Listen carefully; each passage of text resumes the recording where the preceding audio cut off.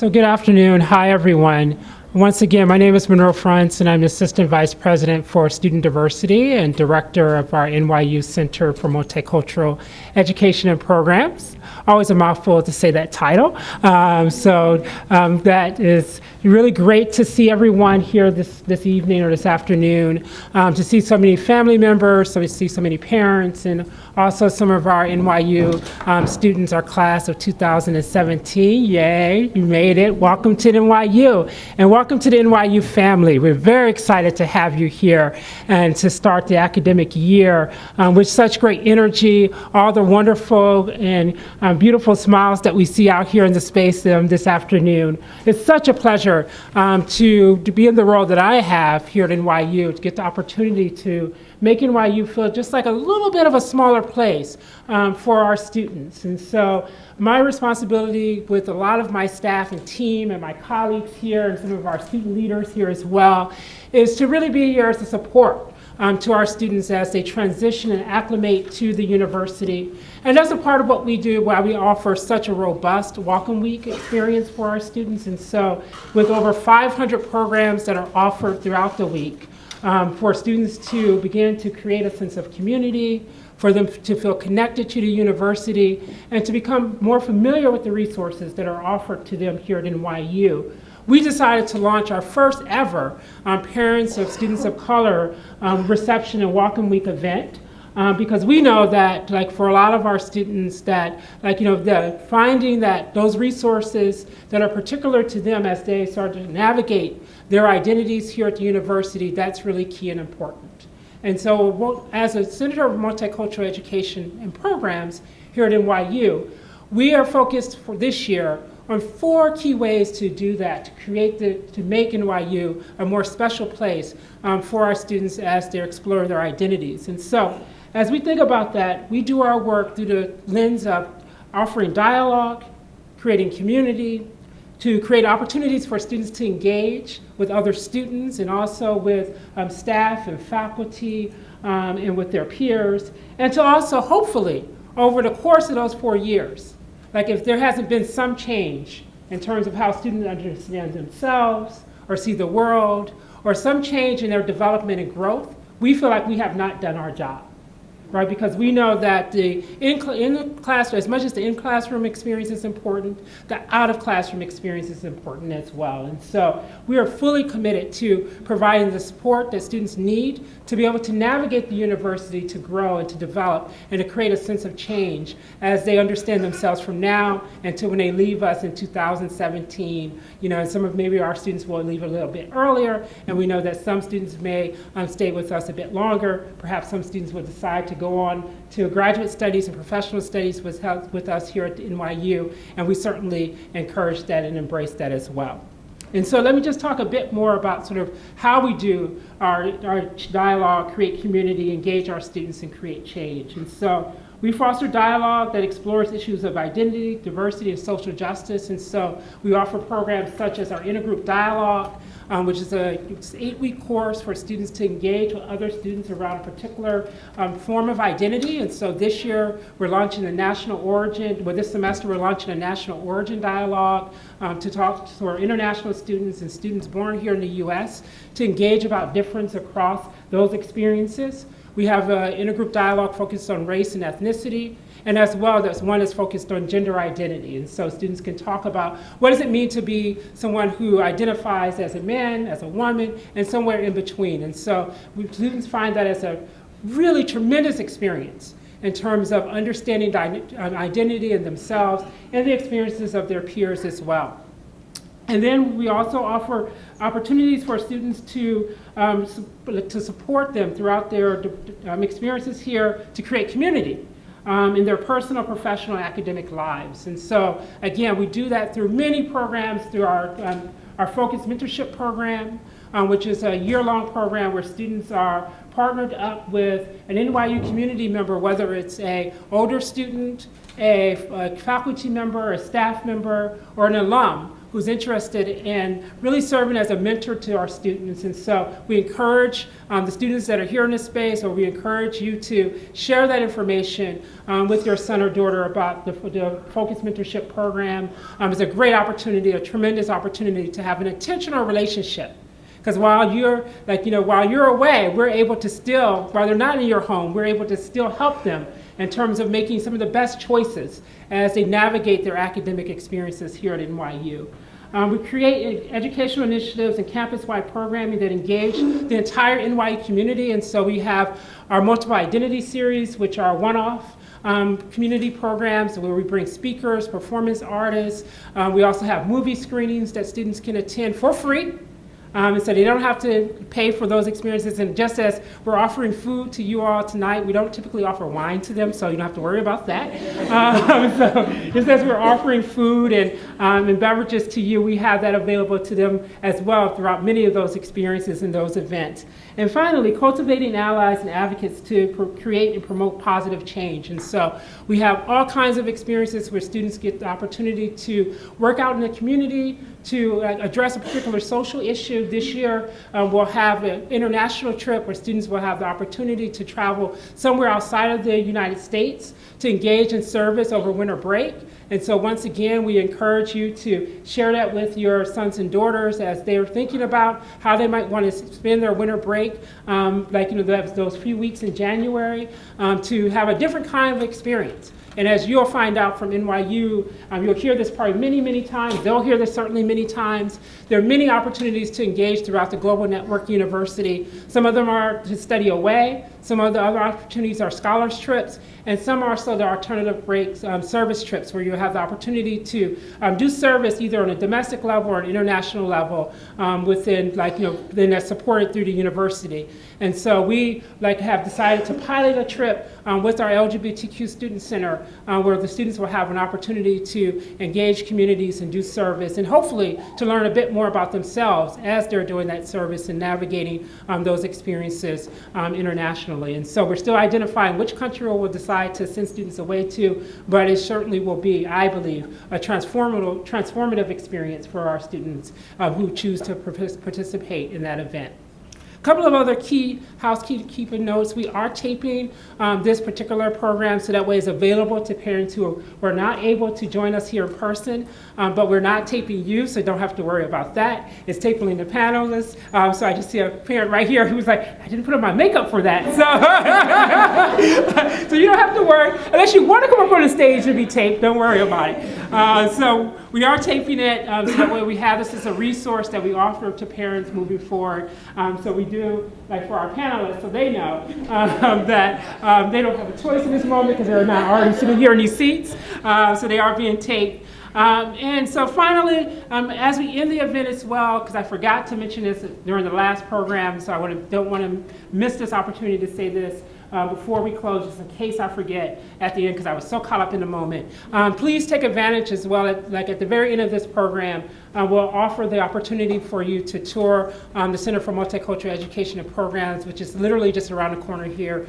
So you can see the space where many of our students who are interested in diversity, multicultural education, have the opportunity to engage. We have free printing in the Center for Multicultural Education and Programs. We offer free coffee and tea. So if they want a space to study or a place to hang out, it's a great resource and a great place to begin to create community and to find other students that are interested in exploring their identity, interested in having conversations around diversity, or just to find community, right? So a lot of our students utilize that space just to hang out. Every so often we also find students there sort of cuddled up on a sofa taking a nap, and so you can also do that if you choose to do so. So without any further ado, I want to turn it over to the people that you're really here to see, which are my colleagues and some of our student leaders as well, who have joined us to share a bit about their resources that are available through their unit or in their areas of responsibility as student leaders, and also to maybe perhaps just share just a little bit with you about maybe some ways in which that you can best support your child as they're navigating or acclimating here to the university. So we'll first start with Bridget Micardis, who is the Associate Vice Provost for Diversity and Senior Director of the Higher Education Opportunity Programs here at NYU. Good evening, everyone. I was having a coffee fit, so I thought I wouldn't interrupt Monroe's wonderful introduction and step away. So I apologize in advance if I have to again. My body has decided to do training and get a summer cold. And part of that has to do probably with one of my roles, which is Senior Director of the Higher Education Opportunity Program. Some people know it as HEOP, H-E-O-P. It's a New York State funded grant. NYU has the largest program in the state with over 600, almost 600 students. Opportunity Programs in general has about 800 students between two programs, C-STEP, which is a career-focused program for Black, Latino, and Native American students interested in pre-professional careers, pre-med, pre-law, those types of careers, STEM careers. And then Higher Education Opportunity Programs, typically our first-generation low-income students with great academic promise, who we offer a pre-summer program as well as academic and social support throughout their time here at the university. So good to see some in the audience. And in that role, you know, I'm essentially offering some level of academic and social support. But the other role that I also have at the university is the Assistant Vice Provost for Diversity.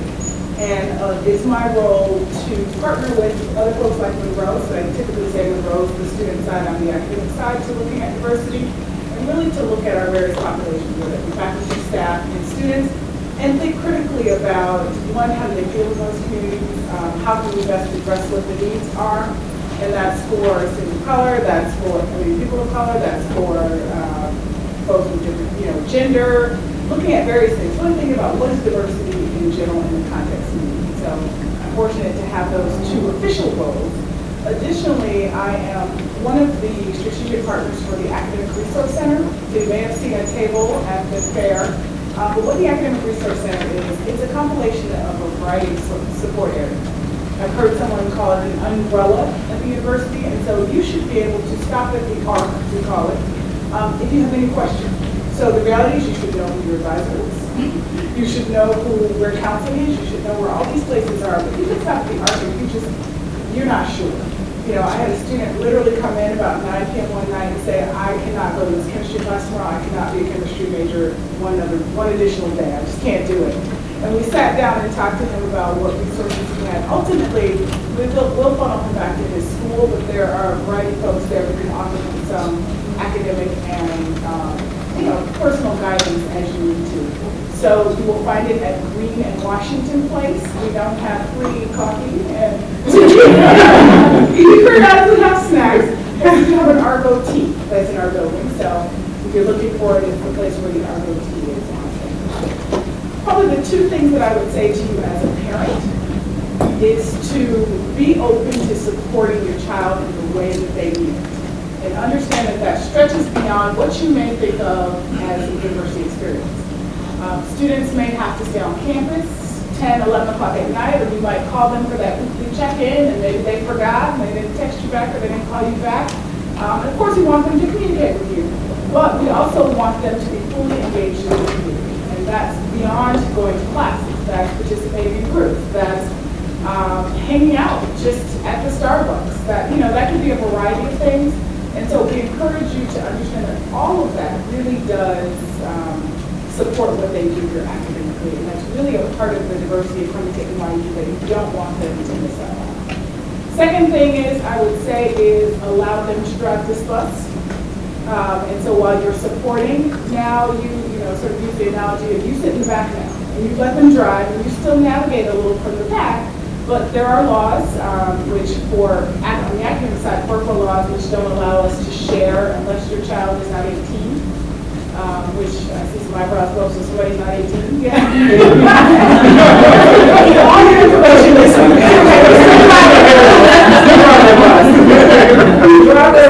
driver here.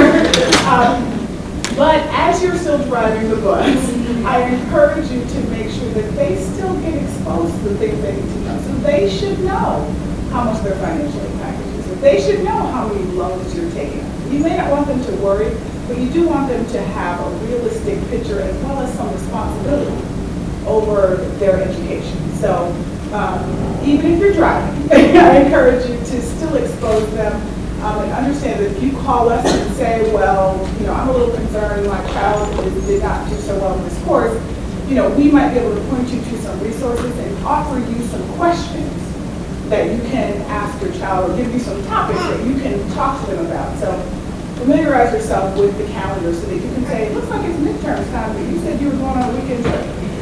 So I encourage you to support in that way versus, saying this is how it has to be done. Thank you. Thank you, Bridget. And so we've invited our students to, as well, two of our premier student leaders here on campus, to share a bit about their experiences as student leaders and their sort of acclimation period and process, and also some of the opportunities available to students to get involved. And so first, we have Dalamar Rodriguez, who's president of our Hispanic Scholarship Fund, amongst many other leadership roles. What you'll find is that a lot of our students, once they get involved, they get very involved. And so, and that's certainly the case for our two students that have joined us this evening. And so Dalamar will talk a little bit about her experiences and different resources available through the Hispanic Scholarship Fund. So good afternoon. Thank you all for coming this evening. I know it's been a long day, moving day. I hope you all are settled in. And congratulations to the students in here for making it this far in their academic and professional path. So yeah, I'm Dalamar. I'm the president of the Hispanic Scholarship Fund.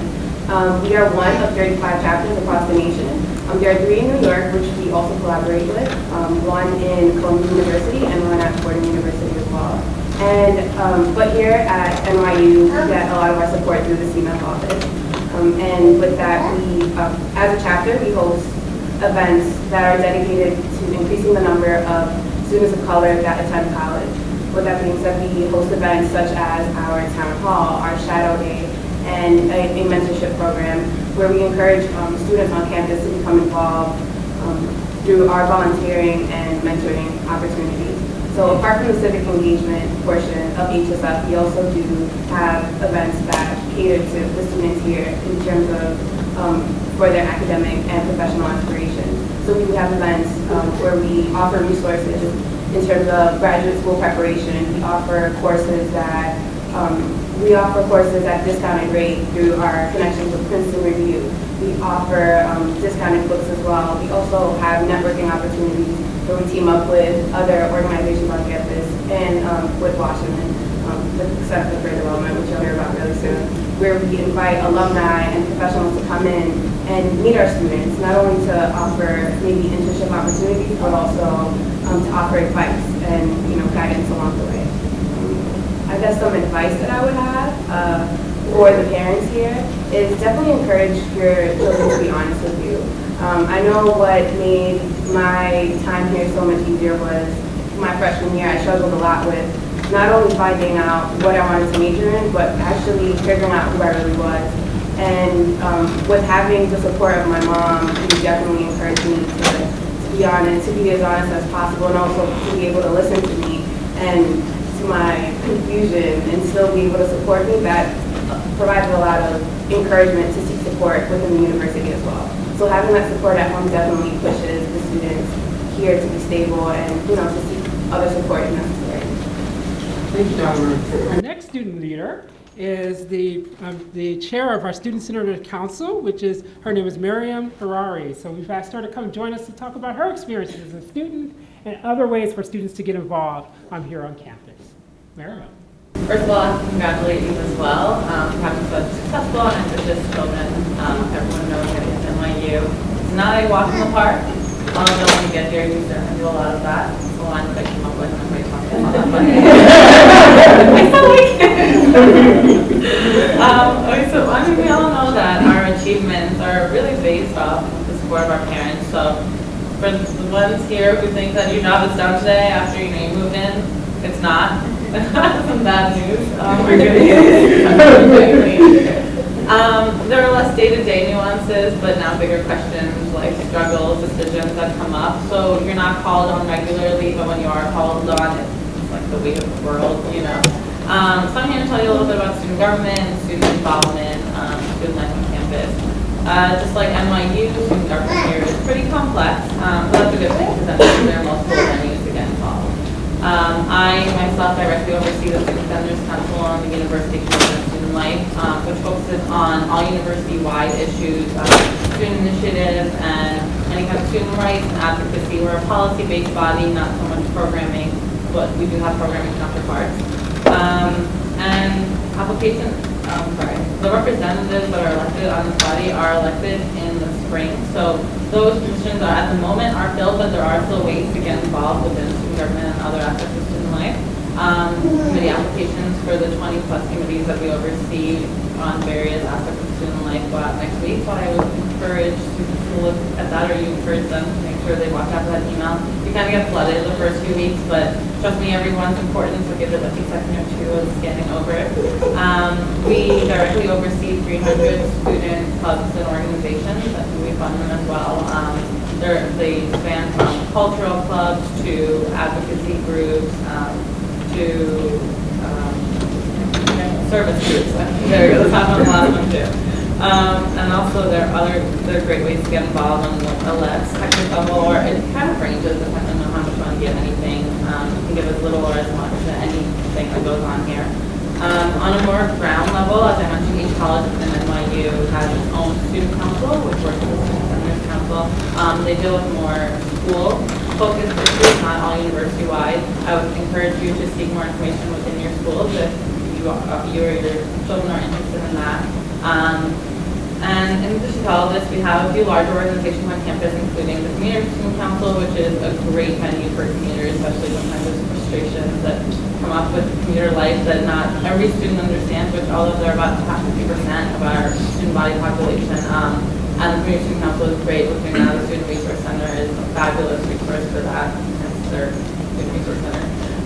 We have the Inter-Residence Hall Council, so that's the community counterpart, and we have the Greek Council. Additionally, we have alternative breaks group and our civic team, which are our largest service groups on campus, and the Washington Square News, which is our daily newspaper. They're a little do more of the heavy lifting, when we also have publications that publish once a semester, or a little more than that. So that's also a way to get involved with not doing as much work as the Washington News. I think from like what I've gained throughout these years, there's two types of students. So there's one that wants to do everything and then won't give up anything, and they're going through their senior year and like their grades are slipping, but they're in every organization, and they go from meeting to meeting, class to class, and there's no sense of sanity, right? To those students, I would say, I definitely had that moment, I would say, do all of it. Do all of it in the beginning, and then see where your heart takes you, where you feel at home, and then it's okay to take a few things off of your list and just focus in on a few things.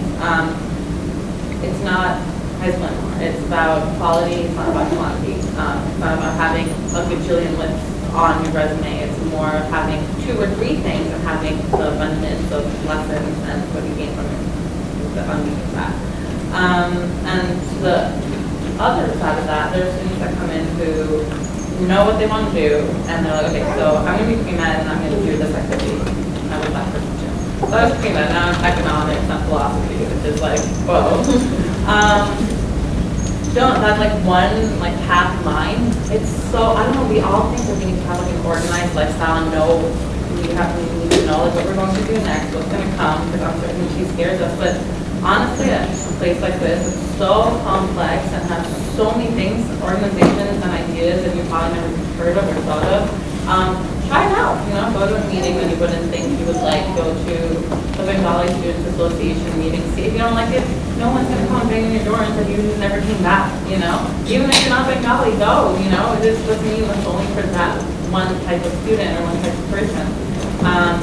So that's definitely a way that you could be a support for them. If your child calls you and says, I don't know what to do, like I want to do all this, to be like, oh, I already know that they shouldn't be doing all this. Don't tell them not to do it. Give them words of wisdom, but always be supportive. Don't enforce any kind of action on them.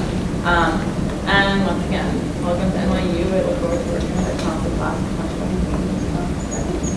So we're going to move on now and actually have someone from our wellness area speak to us about, and our health services speak to us about sort of health service resources and wellness resources here at NYU. And so my colleague Joe Ashley, who's RN and clinical manager for primary care services at the Student Health Center. Hello everybody, welcome. I know everybody's been welcoming you, but it's actually during the summer here at NYU, it kind of dies down a little bit. The students are all gone, everybody's kind of quiet. And for like 2 seconds, you're like, oh, there's a little bit more room to walk on the sidewalks, but then it gets really boring. So today it was walking, I take the A train, and I walked through Washington Square Park, which is amazing, and all of a sudden the life started back again. So it was actually really exciting to see everybody come back, so welcome. So I am the clinical manager at Primary Care Services at the Student Health Center. And how many of you have actually been to the Student Health Center? Show of hands. 2 people? All right, 726 Broadway in Waverly, right next to the McDonald's, right next to the bookstore. Have you been to the bookstore? There you go. So right next door is the Student Health Center. And it's actually, if you haven't gone in and you have the opportunity, I mean, we're closed now, but if you're around tomorrow, just go in and take a peek. It is beautiful. It's a really nice, very comprehensive student health center.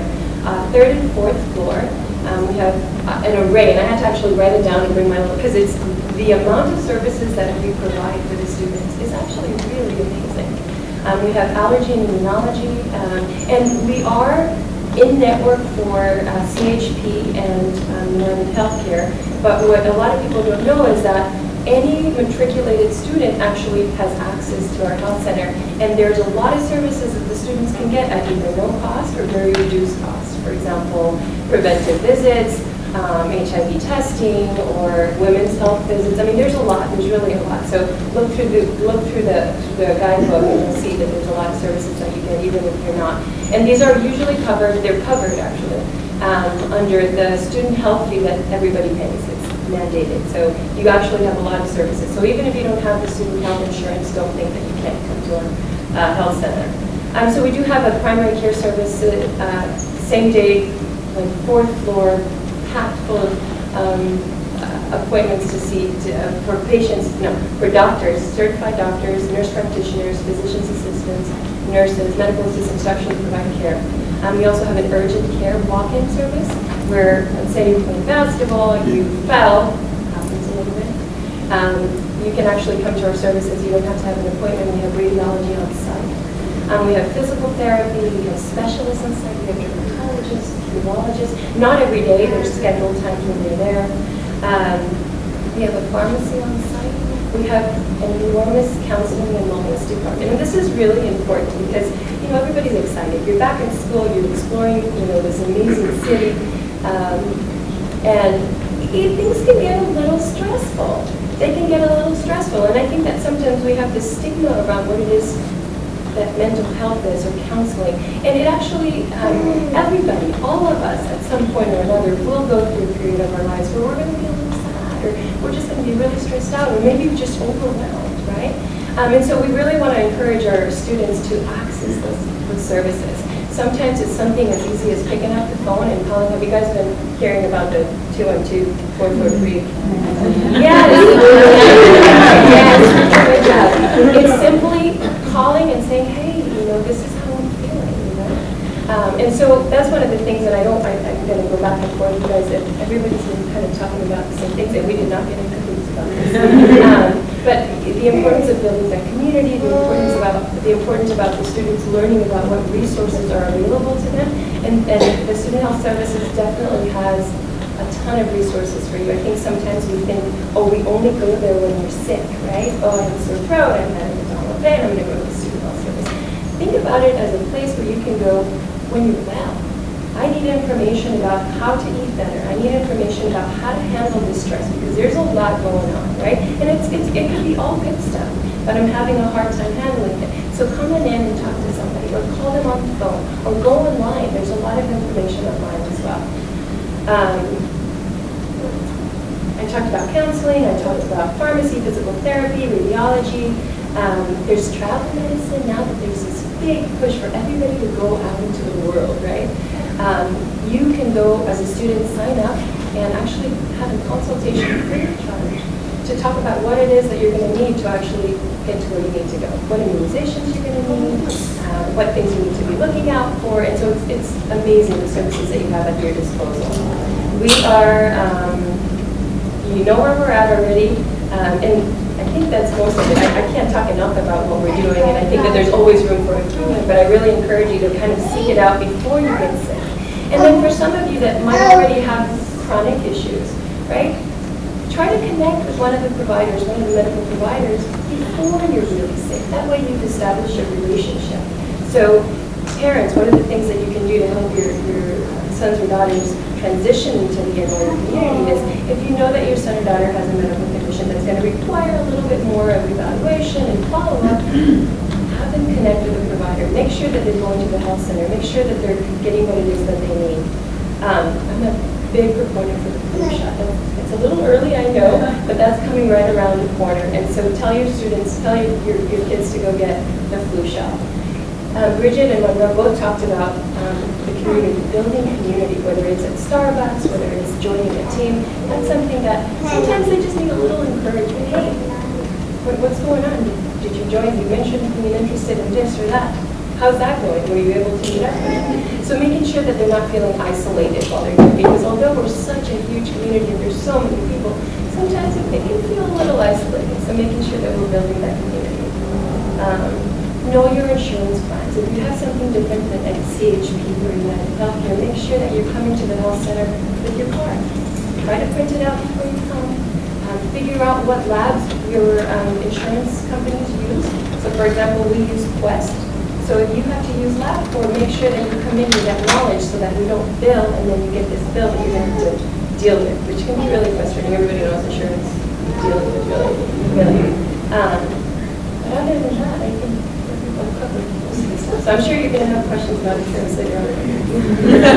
Absolutely. And so we will give an opportunity to ask questions in a moment after our other two panelists speak. And so we've talked about academics, we've talked about leadership and community and health and wellness. So now we know a lot of parents are often asked about, what about jobs and career development and work study? And so we have Leah Lattimore, who is from our Wasserman Center for Career Development, and she's one of the associate directors there for multicultural programs. Thank you, Monroe. So hi everyone, welcome again. We're just so excited to have everyone here. Again, I'm from the Wasserman Center for Career Development, and we're intentional about our name, that it's career development and not just placement. So we're here to work with students at all stages of their career exploration process. Most of the time when we're engaging with first-year students, it's around on-campus employment or work study. I do have a handout that you can grab at the end here if you didn't attend our resource fair, if you didn't visit our office, that goes over some frequently asked questions in regards to the students working on campus, and I can of course hope to answer those for you. We are located at 133 East 14th Street, so we're on the same building with the Palladium Residence Hall that has the gym and the cafeteria. We're on the second floor, right in the middle, so people can just come in if they feel like it. So again, as I said, we mentioned we work a lot with first-year students in regards to on-campus employment and work study.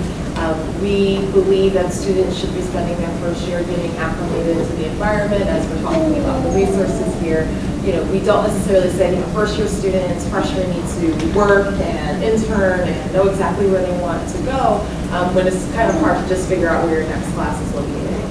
But what we do encourage students to think about their majors, to think about any industries that they're interested in, things that they want to explore as a future professional. And we do that through a variety of our services. So we offer 30-minute counseling appointments. Our services are all free. There's no limit to how many appointments a student can have. So a student can come in 50 times, they can come in 5 times. It's completely up to them. In addition to our regular counseling appointments, we offer seminars every month on resume writing, interviewing skills, and recently we added social media in your job search. So as students are attached to Facebook, Instagram, Twitter, and every other thing that's popping up every other day, how does that affect their job search? How does that affect their personal image and branding? Our employers looking at these platforms in different ways. We cover that extensively in that workshop. But our workshops are offered each month. several times a month at different times a day. And then we have special programs where we hope to, one, help the student explore their career interests, but then also engage with professionals in the field. One of the benefits of being in New York is that we have a lot of really great companies and organizations, as well as alumni at these organizations who are willing to help NYU students progress in their careers. So we do a variety of programming, including our career fair that's September 12th, through employer presentations. We have a internship preparation program known as DICP, which is open to sophomores and juniors, where we work a little bit more intensively and intentionally around skill building and connecting students with employers. So hopefully set up opportunities for students to hear more about industries and hear a little bit more about companies that might be a better fit for them. You can probably imagine you come in and you have an idea of what you want to major in or what you want to do, and then you start talking to people who intern and experience things, and it changes. And so we hope to provide that information to students. I will say we also, as I mentioned this before, provide support to students whether they're studying abroad. So if a student is at one of our campuses, they can continue to meet with a counselor. We have programs that are available virtually, so that progress doesn't stop no matter where the student is in the NYU community. Some advice that I would have to students and to parents, first would be encouraging your child to engage with our office early. As I said, we work with students at all stages of their career development, so whether it's your first year or senior year, we'll work with you, we'll try to help you and give you the skills needed in order to be successful. But when you look at industry trends and timelines, things are starting and happening a lot earlier than previous years. So while first year, get comfortable, learn NYU.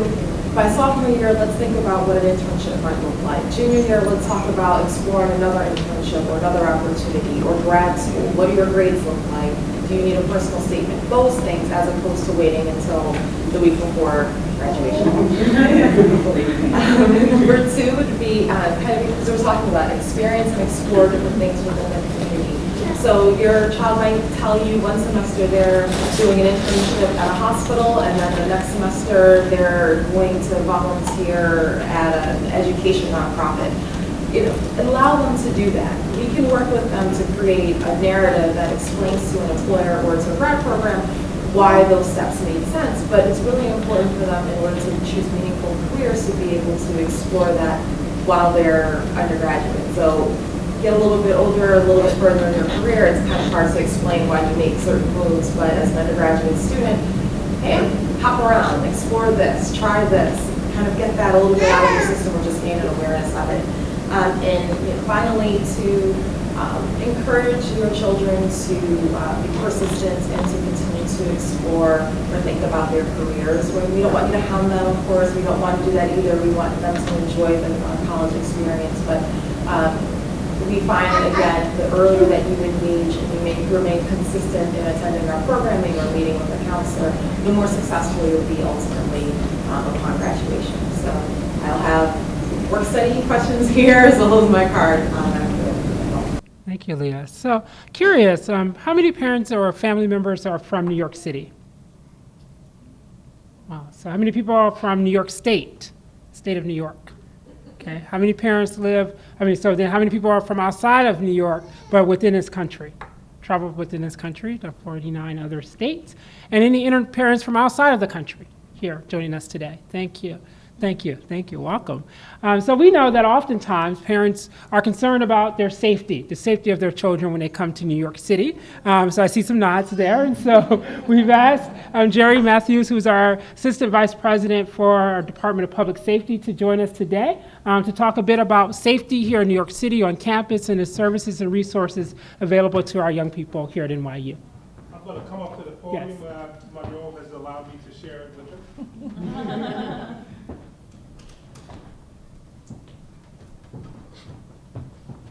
I know it's been said to you many, many times today, but I too welcome you here to the NYU community. And the reason you're here so much is because we really, really mean it. We're happy to have you here. We're happy to have your sons and daughters here to embark on their academic careers. As Monroe said, my name is Jerry Matthews. I am the Assistant Vice President for Public Safety. And let me tell you how proactive we will be with making sure that your sons and daughters are in a safe environment. My background and experience, I spent 23 years in the police department, 17 years at various colleges and universities around the country. So that means a couple of different things. One, I'm not the senior person in the public safety department. There are a few people who are senior to me. It means that we have a lot of experience with regard to public safety. It means I'm old. Old as dirt, some people say, but that's okay. That's okay. It beats the alternative. So we have a public safety department of roughly 330 uniformed officers that crisscross this campus to make sure to keep it safe. We have, I would not say at our disposal, but we have the participation of the New York City Police Department, which is 40,000 police officers, not just here for NYU, but for the city. But because I spent such a long time with the police department, I can very easily pick up the telephone and call either the precinct to have a rapid response or call up to the commanders of the police department in order for their assistance. Just last week, we had the borough commander come into the public safety offices. We spoke with him a little bit about some of the things that we need. The borough commander for Manhattan South would be a police commander that covers from 60th Street down to the Battery, every single uniformed cop. So that is the kind of interaction we have with the police department with regard to a safe environment. We have a command center, part of the Department of Public Safety. That command center operates 24/7, truly 24/7. There is a telephone number, and it's on the back of every student, faculty, and staff ID. That number, 212-998-2222. And you can call that number any time of the night or day. And when you call that number, if it rings more than 3 times, I want to know, because that is the number, that is the lifeline as far as public safety is concerned. A lot of times I'll pick up the phone and dial it just to make sure it gets picked up by the 3rd ring. And you will get a live person. There are no prompts. It's not push 1 and you'll get this, or push 2 and you'll get that.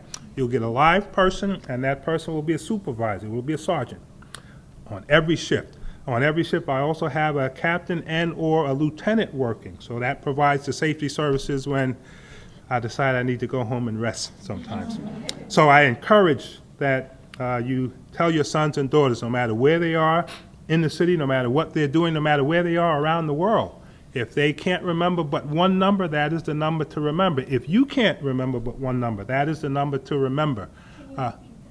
212-998-2222.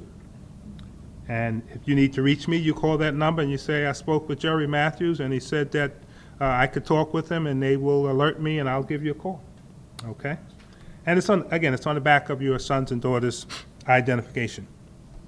I think I mentioned we're the largest public safety department in the country. In my travels around the country, I had a chance to partner with public safety executives across the country, across the globe, actually. I've been to other countries to talk with the regional security officer at the embassies around the world. And we speak with them to make sure that our students who are studying abroad are in a safe environment. So those are some of the things we do. We have what's called Safe Haven. Safe Haven are 55 or 60 businesses right now that we have that are in the footprint of the NYU campus here. And what we do, we send out someone from the police department, we send out someone from the public safety department, we go into this business, whether it's a deli, whether it's a whatever environment it might be, a bagel shop, and we ask them if they would let us utilize their resources that when they're open, if one of our students are traveling up and down the street and they feel that they're in an unsafe environment, they can stop into this store, they can stop into this environment, and they can stay there until they get help. They can also use the telephone in that environment in order to call us or the police for assistance. Those environments, those establishments are identified by an orange placard which is in the window, and they're called Safe Havens. We have what's called a Safe Ride, which is over and above our transportation system, which runs from 7 in the morning to 11 at night. Those are the NYU buses that carry our students from classes and from different points on campus. But after 11 o'clock at night, when those buses shut down, we have what's called Safe Ride. And if your son or daughter calls up Safe Ride and say, I'm at the Bopes Library and I need to get to 3rd North or Gramercy Dorm or Palladium or wherever it might be, then we will take them to those locations.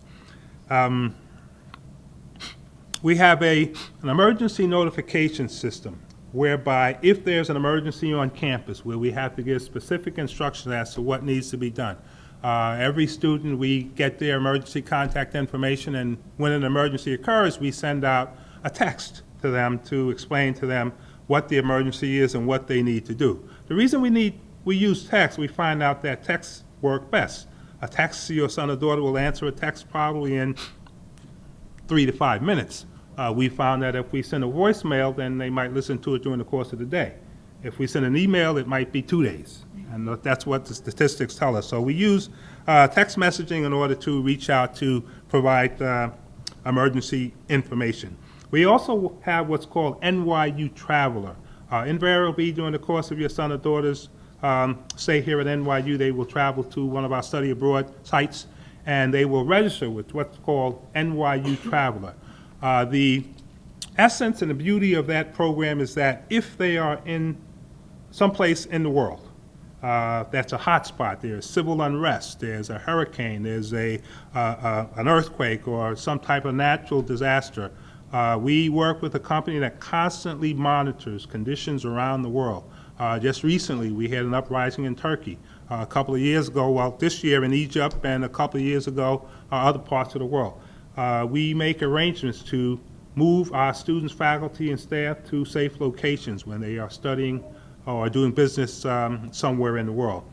Over and above that, even if, say, they're studying in Paris this semester, and they decide to take a trip to Berlin, or they decide to take a trip to London, if they will let us know those side trips that they're taking, then we will reach out to them and give them information relative to any emergency that are in the locations where they might be.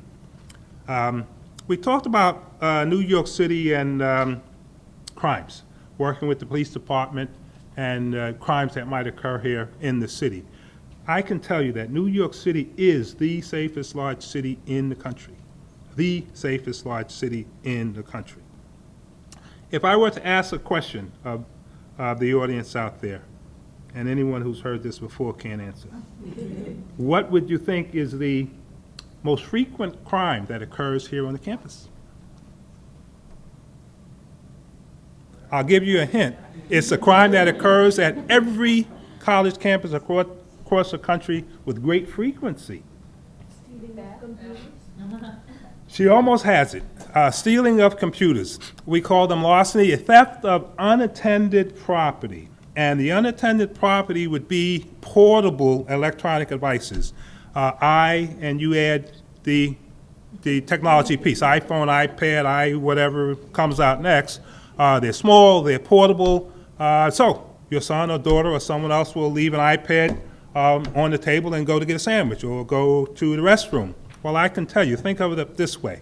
Would you take a $100 bill and leave it on the table and go to the restroom or to go get a sandwich? It's just about that portable, okay? So someone might pick it up and put it in the pocket and it's gone. That is the most frequent crime, not only here, but at universities around the country. So public safety being a shared responsibility, you can help us help you by saying to your sons and daughters, take your property with you. What we have, another initiative we have at Public Safety is called Operation Tag It. And I send my officers around and they have a book with tags in it. And if they see a computer or a laptop or something that's left unattended, we will take out the tag, we will put it on the computer and say this property was left unattended, which means someone could have picked it up. We close the computer so that someone else walking by doesn't see the sign that says this is unattended. We close it, but when they come back, they see that they left it unattended. And it's kind of a tap on the shoulder to make sure to take care of your property. Our guest policy, and Monroe, I hope I'm not going too long. I'll speed it up a little bit. Guest policy with regard to how we dot every I and cross every T to make sure that your sons and daughters are safe with the visitors that they invite to their rooms. The guest policy is I have a uniformed public safety officer at every residence hall That uniformed public safety officer checks every single ID of every single person that goes in. If your son or daughter brings in a guest, that person has to have a picture ID. We take that ID. We keep that ID until that person leaves. When that person leaves, your son or daughter has to come out of the room, down with the person, and sign that person out, because we want to know that your son and daughter is okay as that person leaves. So that's one of the initiatives that we use, again, for safety. I had a question before we got started today about stop and frisk. It's a really big ticket item here in New York City right now with regard to inappropriate stops by the police department with regard to racial profiling.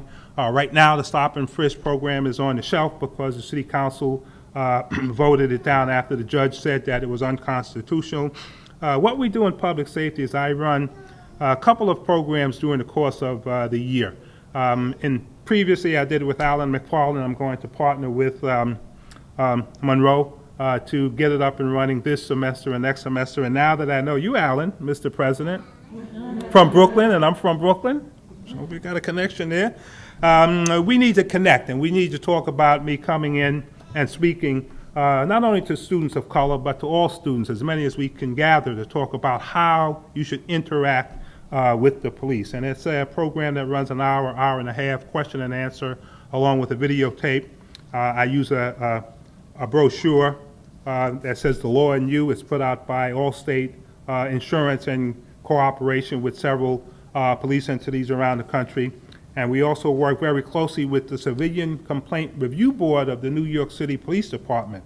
That allows for any complaint against a police officer for inappropriate conduct to be reviewed by a Civilian Complaint Review Board.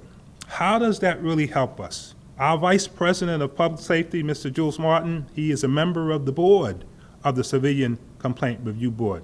He's one of the people here also with more than 40 years police experience, public safety, so that makes me junior. But so, if you have a complaint and it's languishing on the bottom of the pile, you give us a call and we'll get that complaint from the bottom of the pile to the top of the pile.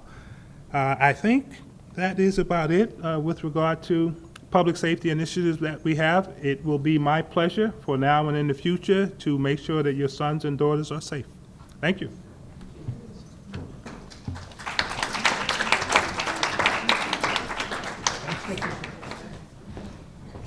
So we do have some time. I know that we've provided a comprehensive panel, hopefully have answered many of the questions that you came prepared with, but if we want to now open it up, if there are one or two questions from the audience that you have, and also we've invited our panelists to stay after a bit to answer any other additional specific questions we don't have an opportunity to answer in this moment. And so any questions from the audience that you want our panelists to address?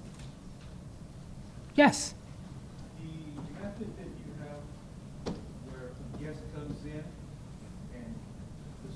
To bring him down before he leaves? Yes. Does the student have to come down and take him up?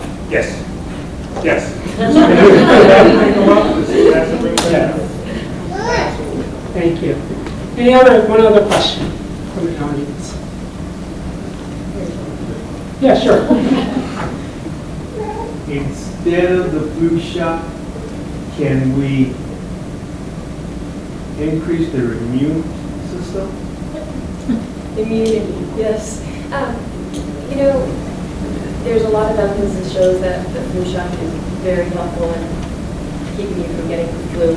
Immunity is not something where, at least I haven't seen any studies that actually talk about how to increase immunity. Things that you can tell your son or daughter to do is, which is tough because they're in college, is, you know, a balanced life. Making sure they're sleeping. You know, there's going to come a time they're sleeping 5 hours, 4 to 5 hours because they've got so many things to do. And so you're not sleeping, you're not eating regular meals, you're stressed out, you're going to get sick. It's easier for you to get sick. So if we're talking about immunity, what I'm going to say is, you know, making sure that you're eating well, making sure that you're sleeping, making sure that you're keeping your fingers, your hands out of any opening in your face. So if you're touching the subway door or the subway pole, or if you're opening doors, use that. Along the same lines, in Southern California, the flu shot was only 40% effective last year. report this past week. And What was it here? to tell you the truth, I don't remember the exact number. All I know is that I was here for the one, and it was very helpful to have it. So it does change. It does change every time. And so it's, do we want to take that risk? You know, is it's still 40%? Do I want to have flu for 2 to 3 weeks, or do I want to take the chances with the solution? And so I think there's enough evidence over the years to still suggest that it's a good idea. But I did one more thing before. I just wanted to clarify. I mentioned that anybody who's matriculated can use our services, and that there's a lot of services that are at no cost. When we do things, if you don't have our insurance, when we do things like procedures, lacerations, we can do stitches in our center, IV hydration, or anything of that sort, we will actually then bill your insurance, the other insurance. Thanks for that clarification, Joe. And so I also want to say thank you to all of our panelists. If you can't tell that we do our best to provide comprehensive services and resources and support networks here at NYU. And so oftentimes parents wonder, families wonder when they're sending their children to NYU, are they going to be taken care of?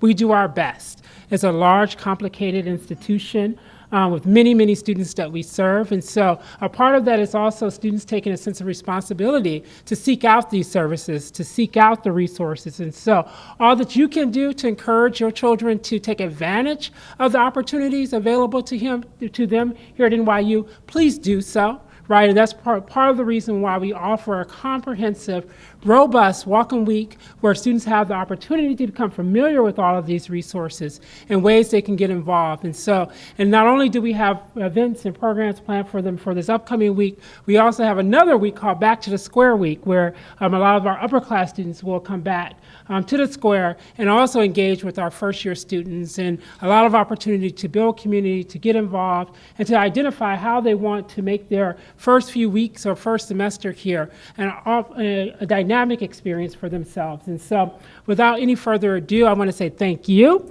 for joining us this afternoon. Again, there are plenty of snacks and drinks and beverages in the back. Please feel free to continue to take advantage of those.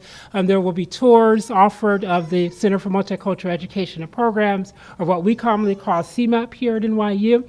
As our acronym, there are many acronyms here at NYU, which you'll find.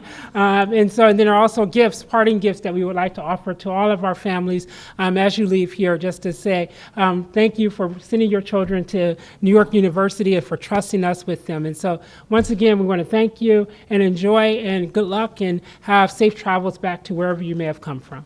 Thank you.